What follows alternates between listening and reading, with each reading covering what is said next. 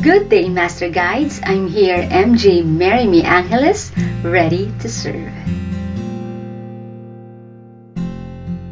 Ngayon po ay pag-aaralan natin ang Pathfinder History. First Young People's Society. Ano ito? Ang gawang ito para sa mga kabataan ay nagsimula noong tag-araw ng 1879 ng dalawang lalaki, sina Luther Warren, edad 14 years old, at Harry Fenner, edad 17, ay naglalakad at taimtim na nag-uusap tungkol sa mga kabataan ng kanilang simbahan sa Hazleton, Michigan. Ang mga lalaki ay nagkaroon ng idea na magsimula ng isang lipunan ng mga lalaki at gawin ang lahat ng kanilang makakaya upang matulungan ng ibang mga kabataan na maghanda para sa langit. Bago sila maghiwalay, umakyat sila sa bakod sa tabi ng kalsada at ipinagdasal ito. Ang unang lipunan ng mga kabataan na ito ay may miyembro lamang na 5 o 6. Bilang nasa hustong gulang, naisip ni Elder Luther Warren na sa aming mga lingguhang pagpupulong ay iniulat ang gawaing ginawa, mga papel at tract na ibinibigay, mga sulat ng mga misyonero na isinulat at natanggap, at iba pang gawaing may katulad ng katangian, isang pangako ng pagtitimpi laban sa paggamit ng alkohol, tabako, tsaa, kape at baboy ay inilabas at nilagdaan. Pagkaraan ng ilang sandali, inanyayahan ng mga batang babae na sumali sa lipunan. Hindi gaano napagtanto ng grupong iyon ng mga batang lalaki at babae na Adventist ang kahalagahan ng lipunan ng mga kabataang unang denominasyong iyon kung saan mayroon tayong anumang record. After 34 years, the Missionary Volunteer Department. Sa simula ng kasaysayan ng Seventh-day Adventist, nagkaroon ng matinding interes sa pangangailangang sanayin ang mga young adult para sa paglilingkod at pangalagaan sila mula sa makamundong mga impluensya.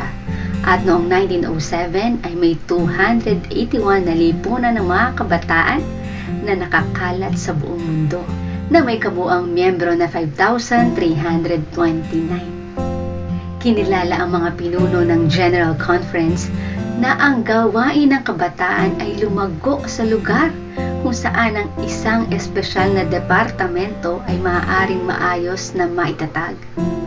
Noong tagsibo ng 1907, isang tent meeting ang ginanap sa Mount Vernon College sa Ohio na may mahigit 200 na kinatawan upang bumuo ng isang plano para sa organisasyon ng mga kabataan na magpapaikot sa mundo. Ang pangalang Seventh-day Adventist Young People's Society of Missionary Volunteers or MV Society ay ang napili. Ang mga kinatawan ay gumawa ng mga plano na aakay sa mga kabataan na bumuo ng kaugalian ng pagbabasa ng Biblia, panalangin at paglilingkod. Ito rin ay humantong sa pagtatatag ng Youth Instructor bilang kanilang opisyal na magazine at naglaan para sa taunang linggo ng panalangin. Ang programang ito ay napatunayang matagumpay noong 1909 after 2 years na ang mga delegado ng General Conference ay nanawagan para sa pagbuo ng isang katulad na programa para sa mga mas bata na naging Junior Missionary Volunteer Society, JMV Society. Ito na ang simula ng Pathfinder Clubs. After 10 years, noong 1919, sinimula ni Arthur Spalding ang isang organisasyon ng Mission Scouts sa Tennessee para sa kanyang sariling mga anak na lalaki at kanilang mga kaibigan. Ang mga aktibidad ay binuo ng mga handicraft, woodcraft, hiking at camping. Pinagtibay nila ang isang pledge at law na naging batayan para sa Pathfinder Pledge and Law ngayon.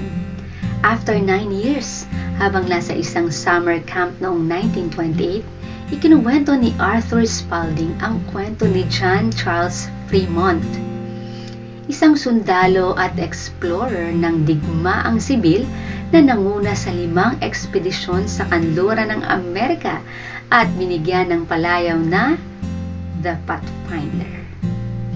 Naintriga ang mga lalaki at nahuli ang palayaw.